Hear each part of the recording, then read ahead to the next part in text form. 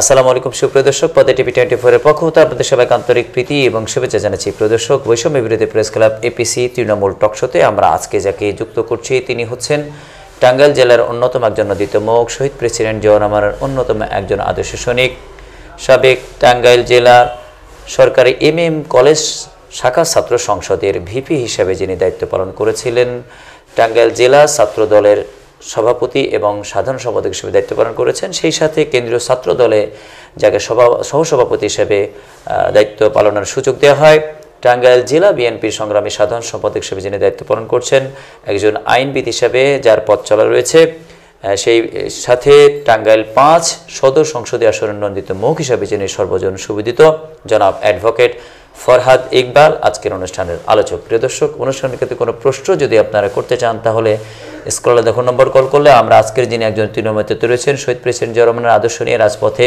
লড়াই সংগ্রামের মাধ্যম দিয়ে রাজনীতি করে যাচ্ছেন, টাঙ্গাইল 5-এর নন্দিত মুখ হিসেবে যার কথাগুলি এই এলাকার মানুষ ব্যাপকভাবে প্রত্যাশা করছেন যিনি আগামীর যেন সাংসদ হন, সেই সম্পর্কিত কিছু বিষয় নিয়েও তৃণমূলের সাথে আমরা কথা বলেছি।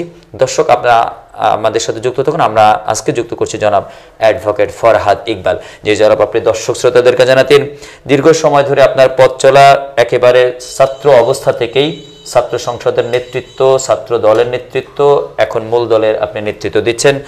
অনেক না বলা কথা রয়েছে, আপনি দর্শকদেরকে জানান যে কি চেতনা ছিল, প্রেরণা বা উৎসাহ উদ্দীপনার ভিত্তিতে আপনি শহীদ প্রেসিডেন্ট জিয়াউর রহমানের আদর্শ নিয়ে রাজপথে আবির্ভূত হলেন এবং জাতীয়তাবাদী আদর্শের রাজনীতিতে আপনি যুগপথ আছেন এখন পর্যন্ত। ধন্যবাদ আপনাকে, আমি সেই সাথে ধন্যবাদ জানাচ্ছি দর্শকদেরকে। আমি বক্তব্যে প্রারম্ভে শ্রদ্ধা জানাচ্ছি আমাদের দলের প্রতিষ্ঠাতা চেয়ারম্যান, স্বাধীনতার ঘোষক শহীদ প্রেসিডেন্ট জিয়াউর রহমানের প্রতি। আমি শ্রদ্ধাবাদ জানাচ্ছি ৭১ মহান মুক্তিযুদ্ধের বীর শহীদদের প্রতি এবং ৫ই আগস্ট যে ছাত্র জনতার গণ অভ্যুত্থানের মধ্য দিয়ে আমরা একটি নতুন বাংলাদেশ পেয়েছি, সেই সমস্ত শহীদদের প্রতি, আহতদের প্রতি আমি গভীর শ্রদ্ধা এবং সমবেদনা জানাচ্ছি। আমার মূলত রাজনৈতিক শুরু ১৯৮৫ সাল থেকে, ক্লাস 9-এ থাকা অবস্থায়। তখন থেকে আমি জাতীয়তাবাদী দলের আদর্শে, বিশেষ করে জাতীয়তাবাদী ছাত্র দলের আদর্শ এবং শহীদ প্রেসিডেন্ট জিয়াউর রহমানের যে দেশ পরিচালনায় দক্ষতা, একটা যুদ্ধবিধ্বস্ত দেশকে পুনর্গঠনে এবং বহুদলীয় বাকশাল থেকে বহুদলীয় গণতন্ত্রের প্রবর্তনে সিপাহী জনতার মাধ্যমে তার যে দেশ পরিচালনার দায়িত্ব গ্রহণ, তখন থেকেই মূলত অল্প বয়সী জিয়াউর রহমানের প্রেমে মুগ্ধ হই এবং তারপরে ১৯৮৭ সালে আপনারা জানেন যে টাঙ্গাইলে সব বাংলাদেশে একটা বর্ধিত বাস ভাড়া আন্দোলন হয়। সে আন্দোলনে টাঙ্গাইলে আমাদের শহীদ মির্জা আবু রায়হান জগলু ছাত্র দলের একজন নেতা ছিলেন, তিনি নিহত হন। ওই মিছিলে আমি ছিলাম। তারপর থেকে মূলত সক্রিয় রাজনীতিতে আমি যোগদান শুরু করি। তারপরে আপনি যে সময়ে ছাত্র রাজনীতির মাধ্যমে রাজপথে আসলেন, ওই সময়ে ম্যাডাম খালেদা জিয়া তিনি রাজপথে ছিলেন, শহীদ প্রেসিডেন্ট জিয়াউর রহমান 19 দফা বাস্তবায়ন করার জন্য রাজপথে নেতৃত্ব দিচ্ছিলেন এবং রাজপথ থেকে ওই সময় তাকে 2টি উপাধিতে ভূষিত করা হয়, দেশনেত্রী এবং আপসীন। সেটাই, ওই টাইমে নেত্রী যখন আন্দোলনে, স্বৈরাচার এরশাদ বিরোধী আন্দোলনে তিনি আপসীন ভূমিকা রাখেন বারবার। ওই সময় শেখ হাসিনা এবং আওয়ামী লীগ এবং জামাতে ইসলামী তারা কিন্তু ওই সরকারের অধীনে নির্বাচন করে 1988 সালে, কিন্তু ম্যাডাম সেই ইলেকশনে যায় না। আমার স্পষ্ট মনে আছে যে লালদিঘির ময়দানে তখন শেখ হাসিনা বলেছিল যে যারা এই এরশাদ সরকারের অধীনে নির্বাচনে যাবে তারা জাতীয় বেঈমান হবে। কিন্তু তার পরের দিনে আমরা দেখলাম যে আওয়ামী লীগ এবং জামাত সহ তারা নির্বাচনে অংশগ্রহণ করলো। তারপর তো আপনার দুর্বার এরশাদ বিরোধী আন্দোলন শুরু হলো এবং সে আন্দোলনে আমি 90 সালের যে 6 ডিসেম্বর এরশাদ পতন হয়, তার 1 মাস আগে আমি টাঙ্গাইলের নিয়ালা পুল থেকে পুলিশের সাথে সংঘর্ষে আমি সেদিন গ্রেপ্তার হই এবং 6 ডিসেম্বর এরশাদ যেদিন পতন হয়, সেই পতনের দিন আবার আমি বিকেলে মুক্তি পাই আর কি। জি, ম্যাডাম খালেদা জিয়ার যে আপসের নেতৃত্ব এবং নীতির রাজনীতির অন্যতম রেখাপাত হলো কিনা, বিশেষ করে যারা নানা রকম আপোষকামিতা করছে বা সকালে একটি বলছে বিকালে আরেকটি বলছে, রাজনীতিতে শেষ কথা বলতে কিছু নাই বা রাজনীতিবিদদের কোনো চরিত্র থাকতে নেই, এমন কথার প্রবণতা যারা করেছিল তাদেরকে মুমিরাং করে দিয়ে এদেশের মানুষ 91 সালে আপোষের নেতৃত্ব, এক কথার নেতৃত্ব, দৃঢ় নেতৃত্ব ম্যাডাম খালেদা জিয়াকে আসলে সেদিন বিজয়ী করেছিল কিনা? আমি সেটাই বলতে চাই। কারণ 1991 সালে যে নির্বাচনটা হলো এরশাদ সরকারের পতনের পর, তখন তো আওয়ামী লীগের নেতারা তারা মনে করতো যে ইলেকশন হলেই তারা সরকার গঠন করবে, এমনকি তারা ছায়ামন্ত্রী সভাও গঠন করলো। কিন্তু বাস্তবে দেখা গেল যে দেশনেত্রী বেগম খালেদা জিয়ার আপোষের নেতৃত্ব, দেশের প্রতি ভালোবাসা এবং জনগণের প্রতি আস্থা, এবং বিশেষ করে তখন জাতীয়তাবাদী ছাত্র দলের একটা বিশাল ভূমিকা ছিল। তার কারণ আপনারা জানেন যে এরশাদ আমলে বিএনপির অনেক বড় বড় নেতা, প্রায় সকল স্থায়ী কমিটির সদস্য, মহাসচিব সহ তৎকালীন প্রায় সকল পর্যায়ের বড় বড় নেতারা কিন্তু এরশাদের সাথে যোগ দিয়েছিল এবং তারা দল ত্যাগ করেছিল। কিন্তু তখন জাতীয়তাবাদী ছাত্র দলই ছিল দেশনেত্রী বেগম খালেদা জিয়ার ভরসা, এবং তিনি জাতীয়তাবাদী ছাত্র দলের নেতাকর্মীদের মায়ের স্নেহতা, মমতাময়ী মায়ের স্নেহ দিয়ে, ভালোবাসা দিয়ে তিনি কিন্তু জাতীয়তাবাদী ছাত্র দল সারা বাংলাদেশে এমন একটা অবস্থায় নিয়েছিলেন যে 89-90 প্রায় বাংলাদেশের সকল কলেজ, বিশ্ববিদ্যালয়, কলেজে জাতীয়তাবাদী ছাত্র দল সেখানে নির্বাচনে পূর্ণ প্যানেলে বিজয়ী লাভ করে। বিশেষ করে ডাকসু সহ, আমান খোকন সহ সারা বাংলাদেশে ছাত্র সংসদগুলা ছাত্র দলের জাতীয়তাবাদী প্যানেলকেই মানুষ গ্রহণ করছিল। সেইটার পরিপ্রেক্ষিতে কিন্তু নির্বাচনে আওয়ামী লীগ মনে করেছিল তারাই ক্ষমতায় যাবে, কিন্তু দেখা গেল যে না, বিএনপি সংখ্যাগরিষ্ঠতা পেল। আসলে মানুষ দেশনেত্রী বেগম খালেদা জিয়ার আপোষহীনতা, দেশপ্রেম এবং তিনি একটা গৃহবধূ থেকে একটা পরিণত নীতির রাজনীতির কারণে, রাজনীতিতে শেষ কথা বলতে কিছু আছে, যা বলতে হবে তা করতে হবে। রাজনীতিবিদ কথা দিলে কথা চেঞ্জ করতে পারবেন না, এমন নীতি সুপ্রতিষ্ঠিত করার জন্যই তার প্রতি অ্যাকসেপ্টেবিলিটি জনগণের হয়েছিল।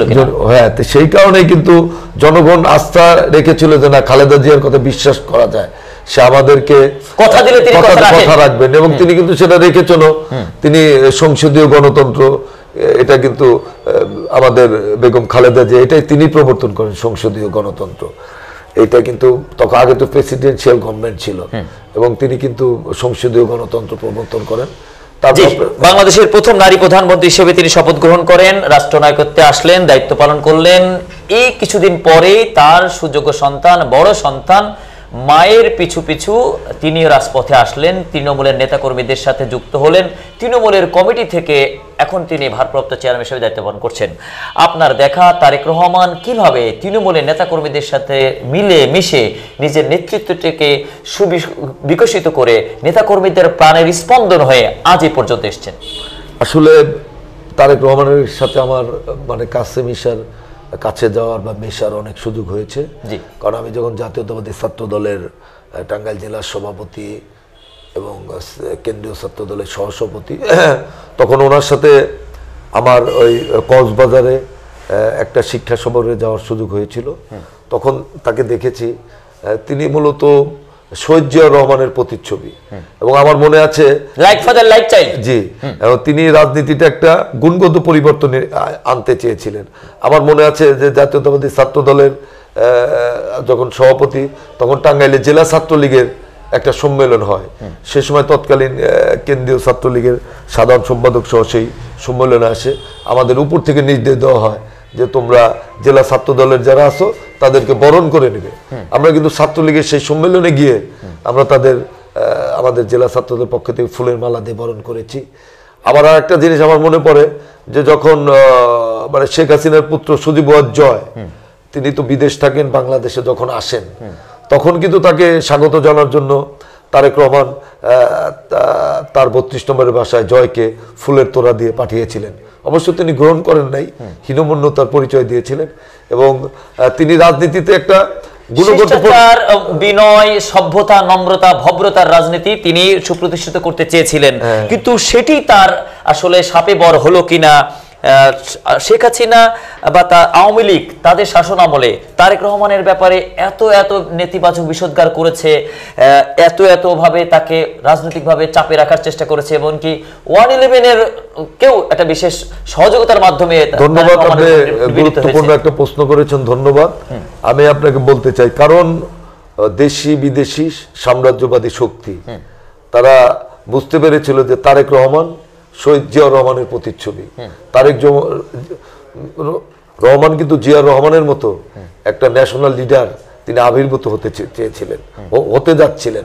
এবং জানেন যে তখন মানে নানা রকম প্রচারণা, বাসে বলেন, রিক্সায় বলেন, গাড়িতে, রাস্তাঘাটে যে যা কিছু হচ্ছে সবকিছু হাওয়া ভবন নামে তারা একটা প্রভাকাণ্ড করেছে, গুজব ভবন এটা তারা তৈরি করেছিল। এবং এটা কিন্তু তারা কিছুটা সফল হয়েছিল। কিন্তু দেখেন যে 111 সরকার আসলো, তার উপর নির্যাতন করা হলো, কত তদন্ত করা হলো, কিন্তু তারেক রহমানের বিরুদ্ধে কোনো দুর্নীতি বা কোনো এই ধরনের অভিযোগ কিন্তু তারা প্রমাণ করতে পারে নাই। সামান্য একটা মানি লন্ডারিং মিথ্যা মামলা, এইসব চাঁদাবাজি মিথ্যা মামলা টামলা পরে তো এগুলা প্রত্যাহার হয়ে গেল, বা এগুলা তো সাক্ষীতে দেখা গেল যে না, তারেক রহমানের সাথে এটা একটা ষড়যন্ত্র। তার কারণ দেশি বিদেশি ষড়যন্ত্রকারী বুঝতে পেরেছিল যে তারেক রহমান আগামী দিনে শহীদ জিয়ার প্রতিচ্ছবি। তিনি যেভাবে সার গঠন করে জিয়াউর রহমান যেভাবে একটা মোটামুটি আঞ্চলিক একটা শক্তি বলবো না আমরা যে বাংলাদেশ একটা ছোট রাষ্ট্র হিসাবেও সার গঠনের মাধ্যমে তারা যে নিজেদের একটা স্বাধীনতা সার্বভৌমত্বকে টিকিয়ে রাখা, বা বিভিন্ন আপনারা জানেন যে শহীদ জিয়া ইরাক ইরান যুদ্ধেও কিন্তু মধ্যস্থতা করেছিল। এই যে জিয়াউর রহমানের যে একটা মানে আন্তর্জাতিক পরিচিতি এবং তার যে একটা রাষ্ট্রনায়ক সুলভ আচরণ, এবং তিনি যে একটা মানে তার একটা বিখ্যাত স্লোগান জিয়াউর রহমানের যে দেশের বাইরে আমাদের বন্ধু আছে প্রভু নাই, তার যেই রাজনীতি, এই ধারাবাহিকতার রাজনীতি তারেক রহমান করতে চেয়েছিলেন এবং সেটাই তার জন্য কাল হয়েছে। এবং সেজন্যই তার বিরুদ্ধে অপপ্রচার করা হয়েছে।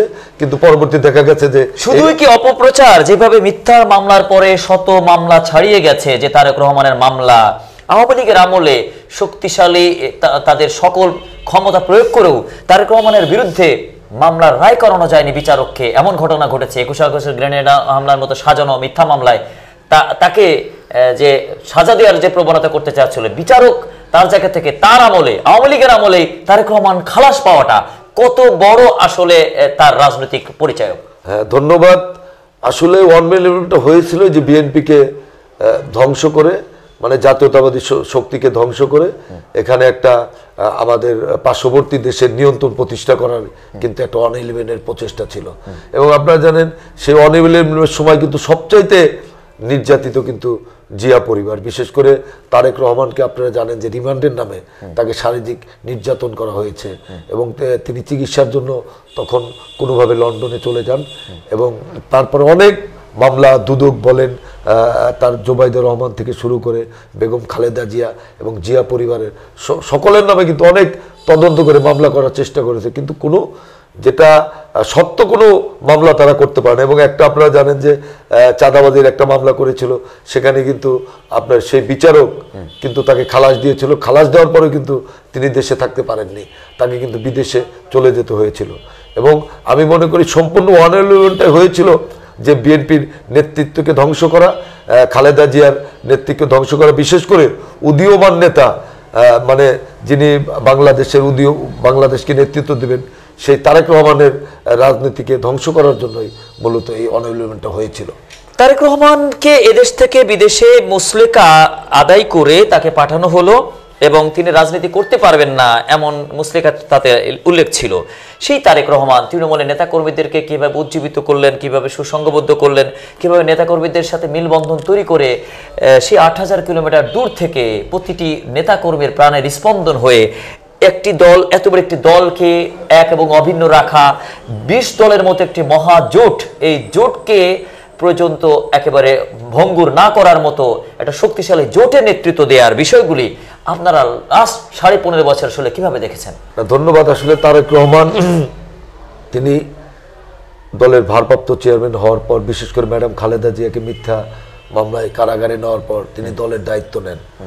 অনেকে তখন আশঙ্কা করছিলেন যে দলের মধ্যে ঐক্য বিনষ্ট হবে, কিন্তু সর্বপ্রথম তিনি দলের মধ্যে ঐক্য প্রতিষ্ঠা করেন এবং ঐক্য প্রতিষ্ঠার মধ্য দিয়ে তিনি কিন্তু সারা বাংলাদেশে তৃণমূলের দলটাকে সুসংগঠিত করেন এবং ইউনিয়ন, গ্রাম থেকে ওয়ার্ড, ওয়ার্ড থেকে ইউনিয়ন, ইউনিয়ন থেকে জেলা, থানা, থানা থেকে জেলা, জেলা থেকে কেন্দ্র পর্যন্ত তিনি প্রত্যেকটি কমিটি গণতান্ত্রিক প্রক্রিয়ার মাধ্যমে তিনি নির্ধারণ করেন এবং দলের মধ্যে তিনি তরুণ নেতৃত্বকে সামনে নিয়ে আসেন এবং বিশেষ করে যে গণতান্ত্রিক একটা প্রক্রিয়ার মাধ্যমে, ভোটের মাধ্যমে যে সম্মেলন, সেই সম্মেলনের তিনি ব্যবস্থা করেন। এটা সবচেয়ে যেটা মানে যে জিনিসটা তার, যে একটা উপজেলা লেভেলেও তিনি 20-25 জন করে নেতাকর্মীর নাম জানেন এবং তাদের খোঁজ খবর রাখেন এবং জেলা লেভেলে তো আরও অনেকের নাম জানেন বা খোঁজ খবর রাখেন এবং প্রত্যেকটা নেতাকর্মীর ইউনিয়ন লেভেল পর্যন্ত, ওয়ার্ড লেভেল পর্যন্ত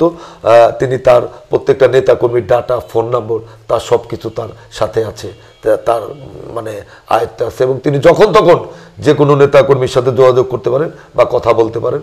এবং আপনারা জানেন যে বিএনপি ভাঙ্গার অনেক ষড়যন্ত্র হয়েছে, এর মধ্যে শেখ হাসিনা অনেক চেষ্টা করেছে, বিভিন্ন বিদেশের গোয়েন্দা সংস্থারা চেষ্টা করেছে, কিন্তু তারেক রহমানের দৃঢ় নেতৃত্বের কারণে এবং আমাদের সকল নেতাকর্মী আমরা তারেক রহমানের নেতৃত্বের প্রতি অবিচল এবং ঐক্যবদ্ধ ছিলাম এবং তার নেতৃত্বের প্রতি আমরা আস্থাশীল ছিলাম এবং তিনি আমাদের দক্ষ নেতৃত্ব দেওয়ার কারণেই কিন্তু আজকে যে একটা ফ্যাসিবাদের যে পতন হয়েছে, অবশ্যই এটা আমি বলবো যে ছাত্র জনতার বিশাল একটা ভূমিকা আছে, কিন্তু এই যে মানে একটা আবহ তৈরি করা, 17 বছর যাবৎ আবহ তৈরি করা বা মানুষের মধ্যে যে পুঞ্জীভূত ক্ষোভ এবং বিভিন্ন বিষয়ে আন্দোলন সংগ্রামে তারেক রহমানের নেতৃত্বে আমরা শত বাধা পেরিয়ে, জেল জুলুম নির্যাতন পেরিয়ে আমরা আন্দোলন করেছি। আমাদের হাজার হাজার নেতাকর্মী ছেলে ছিল, প্রায় 60 লক্ষ নেতাকর্মীদের মামলা, তারপরেও কিন্তু তারেক রহমানের দৃঢ় নেতৃত্বের কারণে আমি মনে করি যে এই ফ্যাসিবাদের পতনে তারেক রহমানের একটা বিশাল ফ্যাসিবাদের যে যতন ছিল তার পতনের জন্য জনাব তারেক রহমান কোন আন্দোলনে বিএনপি 70% সফল হয়েছে, কোন আন্দোলনে 80%, কোন আন্দোলন 90%, কিন্তু সফলতার জন্য দরকার ছিল শতভাগ। এই শতভাগের জন্য অপেক্ষা করতে হয়েছিল জুলাই আগস্ট পর্যন্ত। এই যে 90% আন্দোলনের একটা বৃহৎ একটা ভিত্তির উপরে দাঁড়িয়ে 10% ছাত্র জনতা, সাধারণ জনতা মিলে যে সফলতাটি আসলো, এই সফলতার ক্ষেত্রে ডক্টর মোহাম্মদ ইউনূসের পক্ষ থেকে স্বীকৃতির জায়গায় আমরা একটা নতুন কিছু দেখলাম। ক্লিন্টনের সাথে সাক্ষাতের সময় তিনি একটা ইয়াং সেলের হাত ধরে বললেন এই আন্দোলনের তিনি নাকি মাস্টার মাইন্ড। মাস্টার মাইন্ড শব্দটা কি এতটাই নরমাল ব্যাপার নাকি এটার গভীরতা আসলে অনেক গভীরে? একটি ভাবনা চিন্তা করা দরকার ছিল কিনা ডক্টর মোহাম্মদ ইউনূসের মতো বিদগ্ধ জনের কাছ থেকে? এই বিষয়টিকে নিয়ে আসলে কারো কাছে একটা ক্লিয়ার কনসেপ্ট হচ্ছে না। আপনি আপনার জায়গা থেকে আমার যেটা মনে হয় তিনি আসলে কিভাবে বলেছেন বা কোন প্রেক্ষাপটে বলছেন আমি বলতে পারবো না, তবে আমি যেটা বলতে পারি এই আন্দোলনের মাস্টার মাইন্ড কেউ না, এই আন্দোলনের মাস্টার মাইন্ড সবাই, ছাত্র জনতা, রাজনৈতিক দল সবাই আন্দোলনের মাস্টার মাইন্ড। কারণ এই আন্দোলনের টা কিন্তু বিশেষ করে এটার মানে ছাত্রদের আন্দোলন ছিল না, জনতার আন্দোলন হয়ে গেছিল। এই আন্দোলনে দেখবেন যে মেয়ে মানুষের বিশাল একটা অংশগ্রহণ, ছেলেরা, ছাত্র গার্জেনরা, তাদের মা বোনরা, এমনকি আপনার আলাম ওলামা, কৃষক, শ্রমিক, মেহনতি, রিক্সাওয়ালা, এমনকি রাস্তার টোকাই সবাই কিন্তু আন্দোলনে যুক্ত হয়েছে। তাদের একটাই মানে উদ্দেশ্য ছিল যে এতদিন পর একটা সুযোগ পেয়েছি, এই সুযোগে হয়তো শেখ হাসিনার পতন হবে এবং সেই কারণে কিন্তু জনগণের স্বতঃস্ফূর্ততায় এটা আমি মনে করবো এটা সবাই এটার মাস্টার মাইন্ড। এটা তারেক রহমানও কিন্তু তিনি কোনো কৃতিত্ব তিনি দাবি করেন না, অথচ কিন্তু তার অনেক কৃতিত্ব। এটা তো তার মাস্টার প্ল্যানের অংশ, মাস্টার মাইন্ডের অংশ, মাস্টার প্ল্যানের অংশ। এই প্ল্যানটি তো তিনি বারবার এক্সিকিউট করার চেষ্টা করেছিলেন। আমরা দেখেছি 2015 সালে গণতন্ত্র হত্যা দিবস, রক্ষা দিবস নামে কিন্তু এক দফা আন্দোলন ছিল। সেই এক দফা কিন্তু 15 সাল আবার 24 সাল 9 বছর পরে কিন্তু সেটি আসলো। তো এটা তো পূর্বের দফা, এটা তো ধারাবাহিক দফা। এটি তো দেশবাসী জানে যে কে এই সরকারের পতনের জন্য সবচেয়ে বেশি দুর্বার নেতৃত্ব। ধন্যবাদ আপনাকে। আমি বলি উনি তারেক রহমান সাহেব এত দুর্বার আন্দোলনের মধ্যে 5 আগস্টের আগেও 3 তারিখ, 4 তারিখ, 2 তারিখ আমার সাথে ব্যক্তিগতভাবে যোগাযোগ হয়েছে। তিনি কিন্তু সরাসরি আমাদেরকে আন্দোলনে নামার নির্দেশ দিয়েছেন এবং আমরা জানেন যে আন্দোলন শুরু হওয়ার পর ছাত্রদেরকে বিভিন্নভাবে আমরা সহযোগিতা করেছি। সারা বাংলাদেশের কথা বলবো না, টাঙ্গাইলে ছাত্রদের যত লজিস্টিক সাপোর্ট, তাদের পানি, খাবার দাবার আমরা রাজনৈতিক দল বিশেষ করে বিএনপি থেকে আমরা করেছি, জেলা বিএনপি থেকে আরো সামাজিক সাংস্কৃতিক সকল সংগঠন করেছে। কাজেই এটার উনি তো এই জন্যই তো তার মহত্বতা যে তিনি এটার মাস্টারমাইন্ড আমি বলবো না, কিন্তু এটার মূল পরিকল্পনাকারী তিনি তার নেতৃত্বে একটা বাংলাদেশে এই আন্দোলনের আবহাওয়া তৈরি হয়েছে, কিন্তু তারপরেও তিনি এটা দাবি করেন নাই। এটাই তো তার রাজনীতির মহত্ব। এই কারণেই তো আজকে তারেক রহমান কিন্তু সকল দল মত নির্বিশেষে প্রশাসনের কাছে তিনি কিন্তু তারেক রহমানের যে আকাশচুম্বী জনপ্রিয়তা এটা মানে অস্বীকার করার নাই। যদিও দল হিসাবে আমাদের নামে কিছু অপপ্রচার করা হচ্ছে যে বিএনপি দখলবাজি, কিছু বড় দল হয়তো, কিন্তু তারপরে তিনি যে অ্যাকশনে যাচ্ছেন, তিনি যে ব্যবস্থা নিচ্ছেন, এটা কিন্তু তিনি অনেক যে রাষ্ট্রনায়ক চচিত যে তার একটা নেতৃত্ব, সেটা কিন্তু প্রকাশ পেয়েছে। আর এখানে যেটা বলতে চাই, আসলে বাংলাদেশের সাধারণ জনগণ ঠিকই জানে যে বিএনপির কি অবদান, তারেক রহমানের কি অবদান, সবাই জানে। কাজে কাউকে খাটো করে কেউ বড় হতে পারবে বলে আমরা মনে করি না। জি, বৈষম্য বিরোধী আন্দোলনের মাধ্যমে সর্বজনতার মাধ্যমে আমরা আমাদের স্বাধীনতা আসলো। এই স্বাধীনতার মধ্যে কিছু বিষয় রয়ে গেছে, বিশেষ করে পাঠ্যক্রমে কিছু ব্যক্তির নাম এসেছে। ইতিহাসের অবমুক্তির প্রয়োজনে কিছু আলোচনা আসলে প্রযোজ্য কিনা। শহীদ প্রেসিডেন্ট জিয়া রহমান 1971 সালের 26শে মার্চে প্রথম একটি ঘোষণা দেন, উই রিভোল্ট বলে। পরবর্তীতে এই ঘোষণাটি সবাই শোনার পরে তাকে দিয়ে আরেকটি ঘোষণা পাঠ করানো হয় যুদ্ধের গতি ত্বরান্বিতর প্রয়োজনে। আওয়ামী লীগ তাদের শাসনামলে দ্বিতীয় ঘোষণা নিয়ে ব্যাপক মার্কেটিং করে একেবারে আওয়াজ তুলে দিয়েছিল যে শহীদ প্রেসিডেন্ট জিয়া রহমান তিনি মুক্তিযুদ্ধের ঘোষক নন, তিনি পাঠক, নানা রকম কথাবার্তা তারা বলেছিল। কিন্তু শহীদ প্রেসিডেন্ট জিয়া রহমান যে প্রধান ঘোষক, তিনি যে প্রথম ঘোষণা দিয়েছিলেন এবং তিনি যে মুক্তিযুদ্ধের প্রধান স্টেক, সেটি তো সেনাবাহিনীর বিভিন্ন অফিসাররা যারা তার সাথে যুদ্ধ করেছেন তারা কিন্তু এখনো জীবিত আছেন, অনেকে সেটা বলছেন। কর্নেল অলি আহমেদ তার সাথে ছিলেন এবং সম্প্রতি মেজর ডালিম কিছু কথা বলে গেলেন। তো সেক্ষেত্রে এই যে সঠিক ইতিহাসের প্রবর্তনার ক্ষেত্রে শহীদ প্রেসিডেন্ট জিয়া রহমান যে ঘোষণা দিয়েছিলেন, এটি অনস্বীকার্য সত্য হিসাবে, মীমাংসিত সত্য হিসাবে জাতির কাছে আসলে সুপ্রতিষ্ঠিত করার প্রয়োজনে টাঙ্গাইল জেলা বিএনপির পক্ষ থেকে আপনি আসলে কি আহ্বান জানাবেন? আমি অবশ্যই আহ্বান জানাবো, তার কারণ ইতিহাস সবাই জানে। আপনার তাজউদ্দিনের মেয়ে, তার যে একটা বই, সেখানে কিন্তু তিনি স্পষ্ট বলেছেন যে তাজউদ্দিন সাহেব বারবার আপনার শেখ মুজিবুর রহমানকে স্বাধীনতা ঘোষণার জন্য তিনি বলেছিলেন যে আপনি যখন তখন অ্যারেস্ট হতে পারেন, কিন্তু সে কিন্তু ঘোষণা দেয় নাই। তার কারণ তিনি তখন ভয় পেয়েছিলেন যে ঘোষণা দিলে তো তিনি রাষ্ট্রদ্রোহী হবেন। কিন্তু শহীদ প্রেসিডেন্ট জিয়াউর রহমান, ম্যাডাম খালেদা জিয়া ক্যান্টনমেন্টে থাকা অবস্থায়, তার পরিবার পরিজন থাকা অবস্থায় আমাদের তারেক রহমান সাহেব, আরাফাত রহমান কোকোকে নিয়ে যখন ক্যান্টনমেন্টে বন্দী, সে সময় কিন্তু তিনি জীবনের ঝুঁকি নিয়ে স্বাধীনতা ঘোষণা করেছিলেন যে আমি মেজর জিয়া বলছি, বাংলাদেশের স্বাধীনতা ঘোষণা করছি। এটা কিন্তু সকলেই শুনেছে, আওয়ামী লীগের অনেক নেতা কর্মীরাও কিন্তু এটা শুনেছে। এবং এই ঘোষণার পরেই কিন্তু মূলত বাংলাদেশের জনগণের মধ্যে কিন্তু একটা আশাকাঙ্ক্ষার তৈরি হয়, উদ্দীপনা তৈরি হয় যে না, আমাদের সেনাবাহিনী, দেশপ্রেমিক সেনাবাহিনী, তারা যুদ্ধে নেমে পড়েছে, কাজে ইনশাল্লাহ আমাদের সকলে ঝাঁপিয়ে পড়তে হবে, বিজয় আমাদের অনিবার্য। কিন্তু এই জিনিসটাই কিন্তু আওয়ামী লীগ সবসময় অস্বীকার করে এসেছে।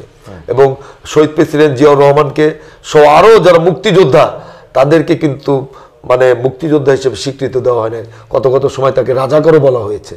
এই যে শেখ মুজিবকে একা বড় করার যে প্রবণতা, মাওলানা ভাসানী, তারপরে আরো যাদের অবদান, তাদের সকলকে খাটো করে শহীদ প্রেসিডেন্ট জিয়াউর রহমানকে খাটো করে এই যে আজকে শেখ মুজিবকে মানে একক নেতা বা তার একক নেতৃত্বে স্বাধীন হয়েছে, এই কারণে কিন্তু আজকে এই প্রবণতার অপশনটি আসলে রয়ে গেছে কিনা, এই অপশন জিরো করার প্রয়োজনে কিছু কাজ করা দরকার কিনা। আমাদের জাতির কিছু ফাউন্ডার ফাদার্স রয়েছেন, যে ফাউন্ডার ফাদার্সের মাধ্যমে, পালা বদলের মাধ্যমে সবাই মিলে আমাদের জাতি দিয়েছেন, আমাদের একটি রাষ্ট্র দিয়েছেন।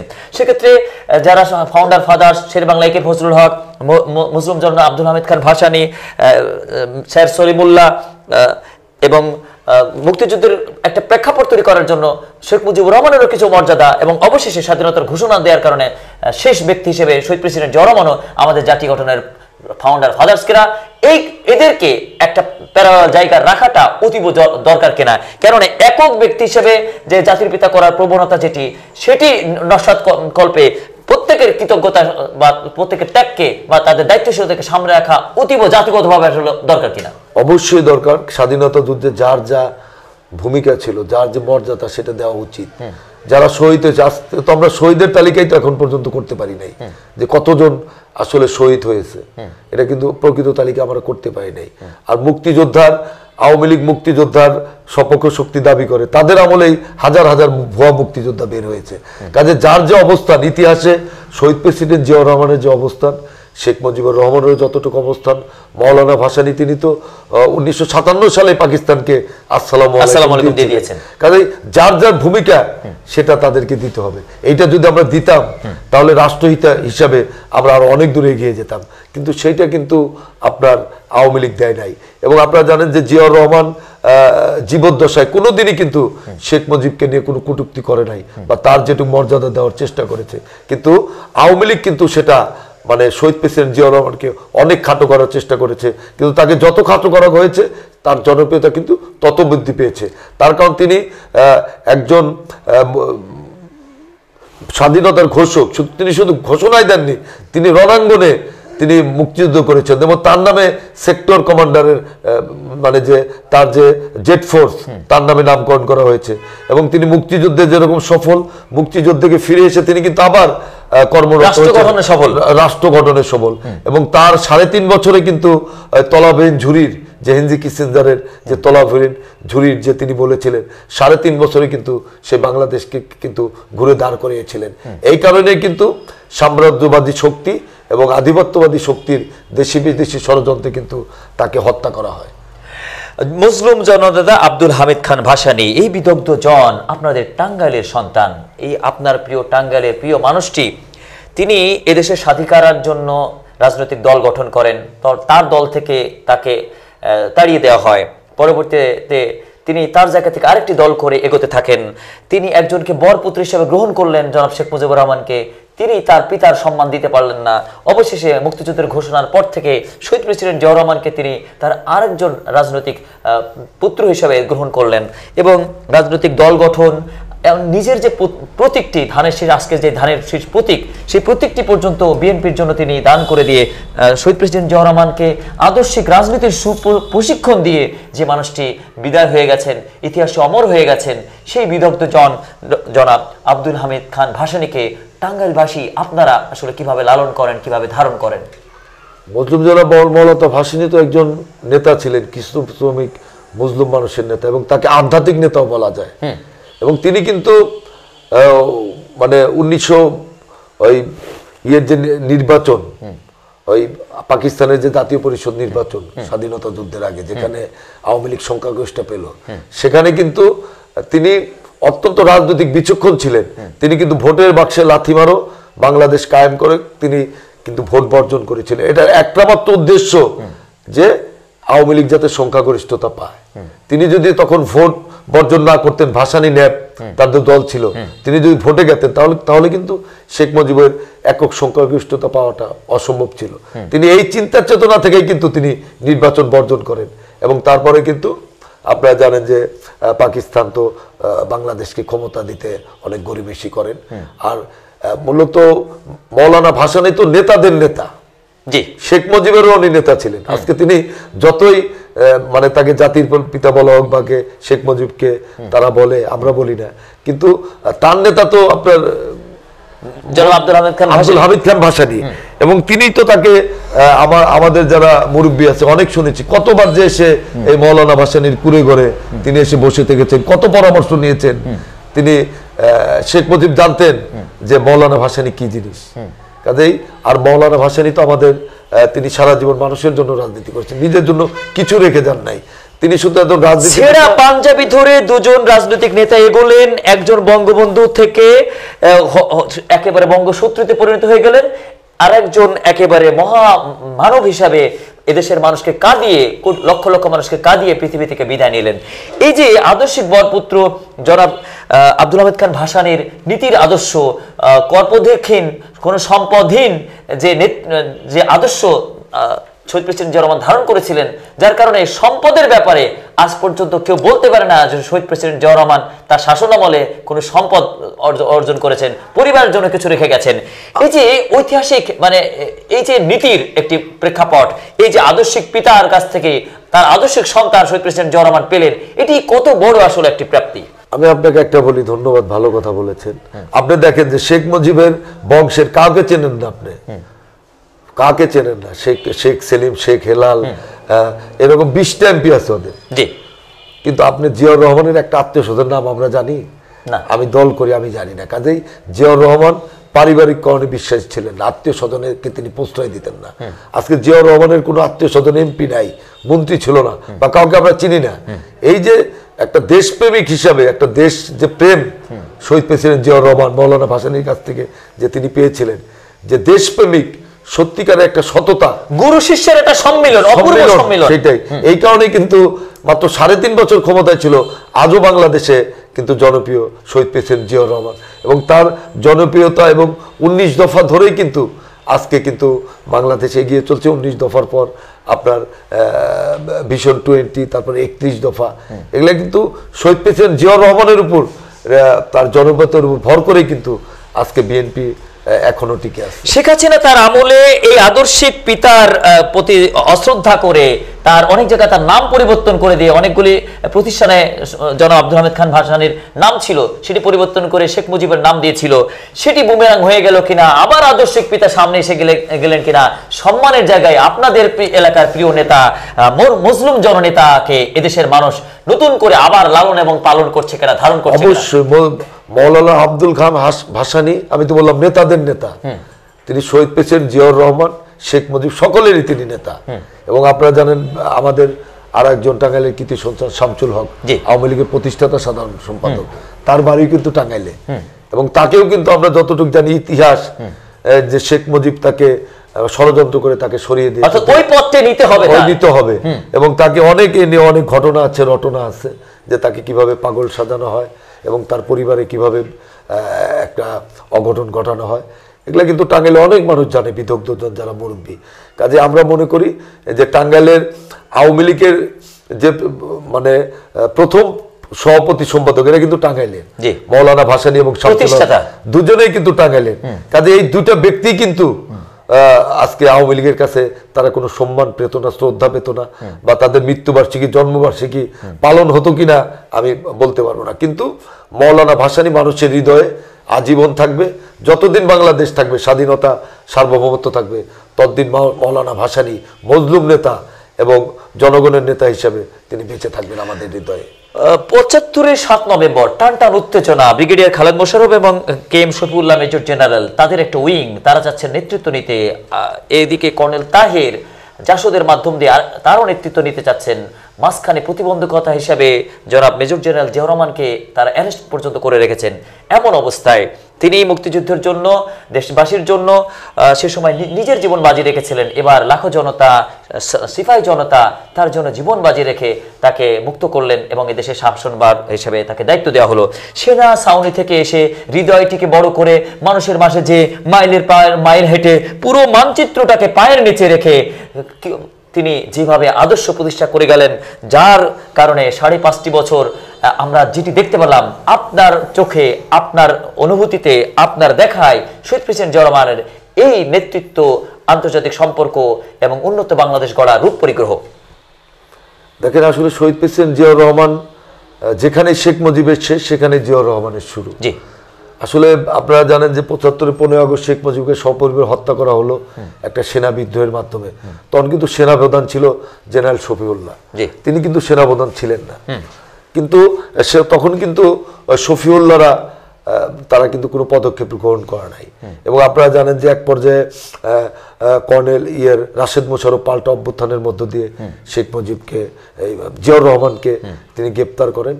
তারপরে কিন্তু সিপাহী জনতার বিপ্লবের মধ্য দিয়ে তিনি মুক্তি পান এবং 7ই নভেম্বর বিপ্লব সংগঠিত হয়। এবং সেদিনও কিন্তু ঢাকা সহ বাংলাদেশের রাস্তায় রাস্তায় যে উল্লাস, স্বাধীনতা যুদ্ধের পর মানুষ মনে করতেছিল যে নতুন করে আমরা আবার স্বাধীনতা ছিলাম। কারণ ওই টাইমে একটা আশঙ্কা ছিল যে ভারত আবার নতুন করে বাংলাদেশটা দখল করে নেবে। সেই সাম্রাজ্যবাদীর হাত থেকে কিন্তু সেদিন 7ই নভেম্বর ঐতিহাসিক বিপ্লব ও সংহতির মাধ্যমে কিন্তু সেটা হয় এবং তিনি ক্ষমতায় আসেন।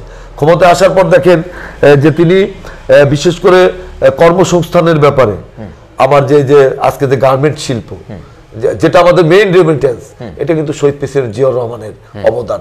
এবং এই যে শ্রম বাজার, বিশেষ করে সৌদি আরব, এই যে এত শ্রমবাজার, লক্ষ লক্ষ কোটি কোটি বাংলাদেশি যে আজকে বিদেশে কাজ করছে, এটি আধুনিকায়ন হয়েছে, এখন এটা রেমিটেন্স বাজার, রেমিটেন্স এখন রেমিটেন্স যোদ্ধা আছে বাংলাদেশে, রেমিটেন্স বাজার। এবং আপনি জানেন যে তৎকালীন আপনার জিয়াউর রহমান তৎকালীন বাদশাহ ফাহাদকে আপনার এটাকে নিম পাতা, নিম গাছ উপহার দেন, এবং যেটা আপনার হজে যারা যায় তারা জানে যে হাজার হাজার নিম গাছ সেখানে কিন্তু সেখানে আরাফা, মিনা, মুজদালিফা সব জায়গায় কিন্তু এই নিম গাছের চারাগুলো আজকে অনেক বড় হয়েছে, এবং এগুলা কিন্তু জিয়া ট্রি নামে পরিচিত। তখন কিন্তু তৎকালীন সৌদি বাচ্চা কিন্তু বলছিল এর বিনিময়ে আপনি কি চান, আপনি যা চাবেন অনুদান চাবেন দেব, যত ডলার লাগে লিয়ার লাগে।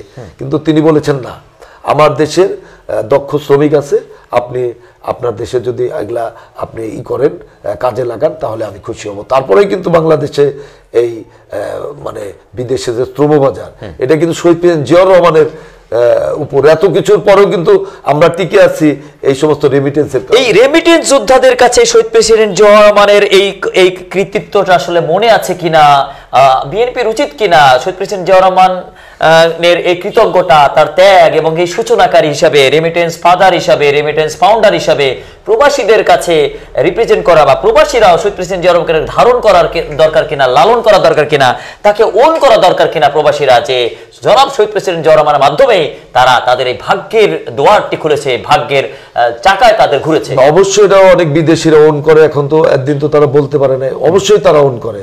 এবং তারা বিশেষ করে মানে মুসলিম কান্ট্রিগুলায় তারা সেখানে গেলেই বুঝতে পারে যে জিয়াউর রহমানের প্রতি সেখানকার শাসকদের কতটুকু ভালোবাসা। এবারও দেখেন যে কাতার ম্যাডাম খালেদা জিয়াকে কত সম্মান করে তারা একটা এয়ার দিল, এয়ার অ্যাম্বুলেন্স, যেটা তার জন্য চলাচলটা অনেক তাড়াতাড়ি হবে, সুবিধা হবে। এটা তো সে প্রধানমন্ত্রী নাই, তারপরেও তাকে দিল। এটা কিন্তু মুসলিম কান্ট্রির সাথে যে জিয়া পরিবারের একটা সম্পর্ক, এবং মানে কিয়ামত পর্যন্ত জিয়া গাছ আসলে শান্তিতে থাকবে, এইটাই কিন্তু একটা আর তারপর দেখেন সার্ক গঠনের মধ্য দিয়ে ভারত যে একটা আঞ্চলিক শক্তিতে রূপান্তরিত হয়ে তারা একটা তার প্রতিবেশী দেশগুলোর প্রতি যারা প্রভুত্ব প্রদর্শনের যে একটা কি, সেগুলো কিন্তু সার্ক গঠনের মধ্যে, হ্যাঁ সার্ক গঠনের মধ্য দিয়ে কিন্তু জিয়াউর রহমান সেটাকে অনেকটাই করেছিলেন। দেখেন যে জিয়াউর রহমানকে হত্যা করার পর বা বিএনপি আমলেও সার্ক গঠন করার চেষ্টা করা হয়েছে, পরবর্তী সরকারগুলো কিন্তু সার্ক গঠন নিয়ে তাদেরকে কোনো উদ্যোগই গ্রহণ করতে দেয় নাই ভারত, বা তাদেরকে কোনো প্রকার সহযোগিতাই করে না। এবার আওয়ামী লীগ তো এটা চাই নাই। জি, বহুল আলোচিত সেই ত্রয়োদশ সংসদ নির্বাচনের জন্য এদেশের মানুষের অপেক্ষা, এই ভোটের জন্য মানুষ জীবন দিয়েছে, অধিকারের জন্য মানুষ জীবন দিয়েছে।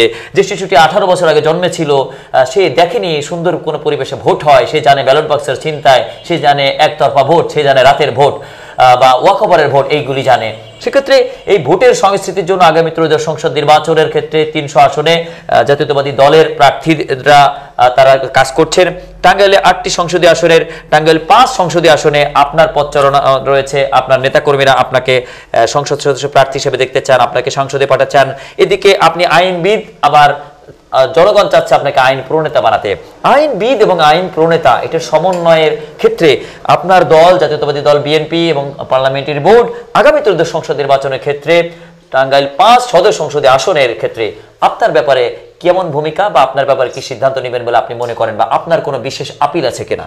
না, সেটা আমরা দল আমার সম্বন্ধে ভালো জানে, শীর্ষ নেতৃত্ব আমার সম্বন্ধে জানে যে বিগত এই আওয়ামী লীগ সরকার, বিশেষ করে এরশাদ বিরোধী আন্দোলন থেকে আমি এ পর্যন্ত 11 বার জেল খেটেছি, এবং অন-11-এও আমাকে তারেক রহমানকে অ্যারেস্ট করার পর আমি একটা মিছিল করি টাঙ্গাইলে, তখন তো মিছিল সমাবেশ নিষিদ্ধ ছিল। তারপর আমি ঢাকা পালিয়ে যাওয়ার পর আমার সেখান থেকে র্যাব এনে আমাকে তো 7 দিন গুম করে রাখা হয়, অনেক অত্যাচার নির্যাতন করা হয়, একটানা 18 মাস জেল খাটি। এবং এই হাসিনা আমলেও আমাকে অনেকবার জেলে যেতে হয়েছে। আমি মনে করি যে দল আমার এই ত্যাগ তিতিক্ষা, দলের প্রতি আমার আনুগত্য এবং দলের প্রতি ভালোবাসা এবং দলের নির্দেশিত সকল কর্মসূচি বাস্তবায়নে জীবন বাজি রেখে বাস্তবায়ন করা, এবং জেল জুলুম হুলিয়া নির্যাতনকে উপেক্ষা করে জাতীয়তাবাদী ঝান্ডা উড়িয়ে রাখার জন্য টাঙ্গাইল জেলায় আমি কতটুকু কাজ করেছি টাঙ্গাইল জেলার সর্বস্তরের মানুষ জানে, নেতাকর্মীরা জানে এবং হাইকমান্ডও জানে। বিশেষ করে এখানে টাঙ্গাইল সদর আসনটা একটা বিএনপির আসন, গুরুত্বপূর্ণ আসন। এই জায়গায় বিশাল একটা চর এলাকা আছে, প্রায় 12টি ইউনিয়নের 8টি ইউনিয়নই চর এলাকায়, এবং আমি সেই চর এলাকার সন্তান। এবং এখানে টাঙ্গাইল পৌরসভায় আমার একটা গুরুত্বপূর্ণ অবস্থান আছে। ছোটবেলা থেকে আমি এখানে বসবাস করি। এখানে আমি জাতীয়তাবাদী ছাত্র দলের সভাপতি, সেক্রেটারি ছিলাম, কেন্দ্রীয় ছাত্র দলের সহসভাপতি ছিলাম। এবং আপনারা জানেন যে শহরের মধ্যে খুব একটা বিশ্ববিদ্যালয় কলেজ, মৌলানা এম আলী কলেজ, যিনি মুসলিম জেনারেল নেতা ভাসানী এটা প্রতিষ্ঠা করেছেন, সেই কলেজের আমি 2 বার ভিপি ছিলাম। সাদত বিশ্ববিদ্যালয় কলেজের জিএড ছিলাম। জেলা ছাত্র দলের সাংগঠনিক সম্পাদক এবং 2 বারের মেয়াদে আমি সাধারণ সম্পাদকের দায়িত্ব পালন করছি। এবং দেশনায়ক তারেক রহমান এবং বেগম খালেদা জিয়া সবকিছুই জানে, এবং হাইকমান্ড আমাকে এখানে কাজ করতে বলেছে। সিদ্ধান্তের অপেক্ষা। আমি মনে করি যে দল অবশ্যই, কারণ তারেক রহমানকে দেখেছি যে তিনি কর্মী মূল্যায়ন করে, যার যেখানে যার অবস্থান, যার যেখানে যা হওয়া উচিত পাওয়া উচিত, এবং এটা তিনি তাকে সেভাবে মূল্যায়ন করবেন। আমি মনে করি দল অবশ্যই আমাকে মূল্যায়ন করবে এবং আমাকে ধানের শীষ প্রতীক দিবে। আমি মনে করি যে আমাকে ধানের শীষ প্রতীকে নমিনেশন দিলে আমি বাংলাদেশের 300 আসনের মধ্যে এই টাঙ্গাইল সদরে সবচেয়ে বেশি ভোট পেয়ে নির্বাচিত হব, এটা আমি মনে করি। আপনাকে যদি মনোনয়ন দেওয়া হয় আর বিজয় যদি আসে, তাহলে টাঙ্গাইল সদর 5 আসনের কি কি উন্নয়নের পরিকল্পনা আপনার রয়েছে? একেবারে সিটি কর্পোরেশনের উপযোগিতার সকল যোগ্যতা কিন্তু টাঙ্গাইল সদরে রয়েছে। সেক্ষেত্রে সিটি কর্পোরেশনের প্রত্যাশা এই নগরবাসীর রয়েছে। আপনি এক্ষেত্রে বিএনপি যদি ক্ষমতায় আসে আপনার পার্লামেন্টে, এই টাঙ্গাইলকে সিটি কর্পোরেশনের ব্যাপারে আসলে আপনার কি বক্তব্য থাকবে? অবশ্যই টাঙ্গাইল তো সিটি কর্পোরেশন হওয়ার মতো অবস্থায় আছে, এবং টাঙ্গাইল তো অনেক বড় পৌরসভা, 18টা ওয়ার্ড, এবং টাঙ্গাইলের মানুষ রাজনৈতিক সচেতন, এবং টাঙ্গাইলই কিন্তু এখন সবচেয়ে বড় জেলা আসন ভিত্তিক। আগে ময়মনসিংহ ছিল, এটা তো ভাগ হয়েছে, কিন্তু টাঙ্গাইলে 8টা আসন, কোনো জেলায় 8টা আসন নাই। কাজে এখানে তো অবশ্যই সিটি কর্পোরেশন হইতে হবে, এবং বিশেষ করে আপনার টাঙ্গাইলের অবহেলিত চরাঞ্চল, এ জায়গায় উন্নয়নের ছোঁয়া লাগাইতে হবে। তার কারণ অনেক ব্রিজ কালভার্টের এখানে সমস্যা রয়েছে, বিশেষ করে নদী শাসন, নদী ভাঙ্গন এলাকা রোধ করতে হবে। অনেক আমাদের ইউনিয়ন, বিশেষ করে চরের 5-6টা ইউনিয়ন নদী ভাঙ্গন হচ্ছে, সেগুলো তো বিগত আমলে যারা অবৈধ এমপি ছিল তারা করে নাই, তার কারণ তাদের তো জনগণের কাছে যাইতে হয় নাই, তারা শুধু নেতা নেত্রীদের সন্তুষ্ট রেখেছে, কারণ ভোট তো হয় নাই, সেজন্য জনগণের কোনো উন্নয়ন করে নাই। আর বিশেষ করে টাঙ্গাইলকে আমি সন্ত্রাস মুক্ত টাঙ্গাইল, আওয়ামী লীগের আমলে তো এখানে সন্ত্রাসের অভয়ারণ্য সৃষ্টি হয়েছিল, বিশেষ করে মাদক ব্যবসা, মাদক বাণিজ্য, এবং এগুলো থেকে টাঙ্গাইলকে আমরা মুক্ত করব, এবং টাঙ্গাইল উন্নয়নের রোল মডেল হিসেবে আমরা প্রতিষ্ঠা করব। তৃণমূলের ত্যাগী নেতাদের মূল্যায়নের ক্ষেত্রে কিছুদিন পরে আসলে ভাটা পড়ে যায়, গা ভাসাভাসি হয়ে যায়, এমন অভিযোগ রয়েছে। সুসময়ে বন্ধু বটে অনেকেই হয়, অসময়ে হাই হাই কেউ করে নাই। অসময়ে আপনাদের পাশে যারা ছিল দলের সুসময়ে, তাদের নেতৃত্বের ব্যাপারটি আসলে কিভাবে এনশোর করা দরকার, বা আপনার দায়িত্বে সেটি কিভাবে হচ্ছে? ত্যাগী নেতাদের দিয়েই আসলে কমিটি, তারা শারীরিকভাবে দুর্বল হোক, তারা অর্থনৈতিকভাবে দুর্বল, কিন্তু নেতৃত্বের ব্যাপারে তাদেরকে এগিয়ে রাখা উচিত মনে করছেন কিনা? এক্ষেত্রে টাঙ্গাইলের প্রতিটি ওয়ার্ড, ইউনিয়ন, পৌরসভা এবং জেলা উপজেলা কমিটিগুলি আপনারা আসলে কিভাবে ঢেলে সাজাচ্ছেন? ধন্যবাদ। গুরুত্বপূর্ণ একটা ব্যাপার। যদি আমরা ত্যাগী নেতাদের মূল্যায়ন না করি, তাহলে কিন্তু আমাদের দল মুখ থুবড়ে পড়বে। আমরা 17 বছরে যারা মাঠে ছিলাম, আমরা জানি যে যারা জেল খেটেছে, কারা আন্দোলন করেছে, কারা রাজপথে ছিল, কারা দলের দুঃসময় ছিল। কাজে তাদেরকে আমাদের মূল্যায়ন করতে হবে। এবং দেশনায়ক তারেক রহমানও কিন্তু একই নীতিতে বিশ্বাসী, এবং দলের অনুপ্রবেশকারীদের ব্যাপারে আমরা অত্যন্ত কঠোর। তারপরে কিছু অনুপ্রবেশকারী ঢুকে পড়ছে, আমরা এই ব্যাপারে অত্যন্ত সতর্ক। এবং আমি মনে করি অনুপ্রবেশ ঠেকাতে ডাটাবেজের মাধ্যমে ত্যাগী নেতাদের তালিকা প্রণয়ন এবং তাদের পুরো বায়োগ্রাফি এখন আধুনিকায়নের মাধ্যম দিয়ে এক ক্লিকে তাদের ঠিকুজিনামা, তাদের আমলনামার ব্যবস্থাটির উপযুক্ততা আপনি মনে করেন কিনা? অন্তত টাঙ্গাইল জেলা বিএনপির পক্ষ থেকেই এই প্রবর্তন আসলে শুরু হওয়া উচিত। আপনি ভালো একটা প্রস্তাব করেছেন, এই ব্যাপারে অবশ্যই উদ্যোগ নেওয়া উচিত। ত্যাগী নেতৃকর্মীদের ডাটাবেস, তাদের অবদান, এগুলো একটা ডাটাবেস থাকা দরকার। এটা আপনার কেন্দ্র থেকে হওয়া উচিত। এবং আপনি এটা বললেন, আমি নতুন করে এটা টাঙ্গাইল জেলা বিএনপি নেতাকর্মীদের ব্যাপারে আমরা চেষ্টা করব। আমরা অনেক আলোচনা করলাম। দর্শক শ্রোতা, আগামী দিনে যারা ভোট দিতে চায়, জনাব তারেক রহমানের জন্য যারা প্রত্যাশা করছে, ম্যাডাম খালেদা জিয়া দীর্ঘ বছর পরে বিদেশে অবশেষে চিকিৎসার জন্য গেছেন, অনেক বছর পরে মা এবং পুত্রের আবেগঘন পরিবেশ আমরা দেখেছি। সেক্ষেত্রে সেই সম্মিলন ঘটিয়ে মাতা এবং পুত্র এদেশে যেদিন আসবেন, এই মা এবং সন্তানকে এদেশের মানুষ আসলে কিভাবে লালন করবে, ধারণ করবে, টাঙ্গাইলবাসী আসলে ওই দিনটিকে আসলে কিভাবে উদযাপন করবে? ওই দিনটা আসলে আমার মনে হয় যে টাঙ্গাইলের আমার মনে হয় যে এয়ারপোর্টের জ্যাম এসে আমার মনে হয় যে টাঙ্গাইলের সীমানায় পড়বে। এত লোক, লক্ষ লক্ষ লোক আমাদের টাঙ্গাইল থেকে যাবে, এবং আমি মনে করি যে এয়ারপোর্টের ওই যে লোকের যে লোকারণ্য, এটা টাঙ্গাইলের বর্ডার সীমানায় এসে পড়বে। লক্ষ লক্ষ লোক আমরা সেদিন যাব দেশনেত্রী বেগম খালেদা জিয়া এবং আমাদের নেতা তারেক রহমানকে বরণ করার জন্য। আমরা এই দিনটার জন্যই উন্মুখ হয়ে বসে আছি। ইনশাল্লাহ আল্লাহর তাআলা আমাদের সেই দিনটা দেখার সৌভাগ্য দিবে এবং তাদেরকে বরণ করে নেওয়ার আমরা টাঙ্গাইল জেলা বিএনপি সহ সকল নেতাকর্মী আমরা অপেক্ষায় আছি। দর্শক শ্রোতা, আপনার নির্বাচনী এলাকা, দল মত, ম্যাডাম খালেদার জন্য দোয়া চা, তারেক রহমানের জন্য দোয়া চাওয়া, দেশবাসীর উদ্দেশ্যে, সবার উদ্দেশ্যে আপনার সমাপনী বক্তব্য। ধন্যবাদ। আমি আসলে আপনাকে ধন্যবাদ। আমি শুধু একটা কথাই বলতে চাই যে আমরা অনেক ত্যাগ তিতিক্ষার মধ্য দিয়ে আমরা একটা নতুন বাংলাদেশ পেয়েছি। এটা আমরা চেয়েছিলাম, ভোটের এবং ভাতের অধিকার প্রতিষ্ঠা করার জন্য। তো আমরা প্রায় 17 বছরে আমাদের 20,000 নেতাকর্মী হত্যা করা হয়েছে, 1000-এর মতো গুম করা হয়েছে।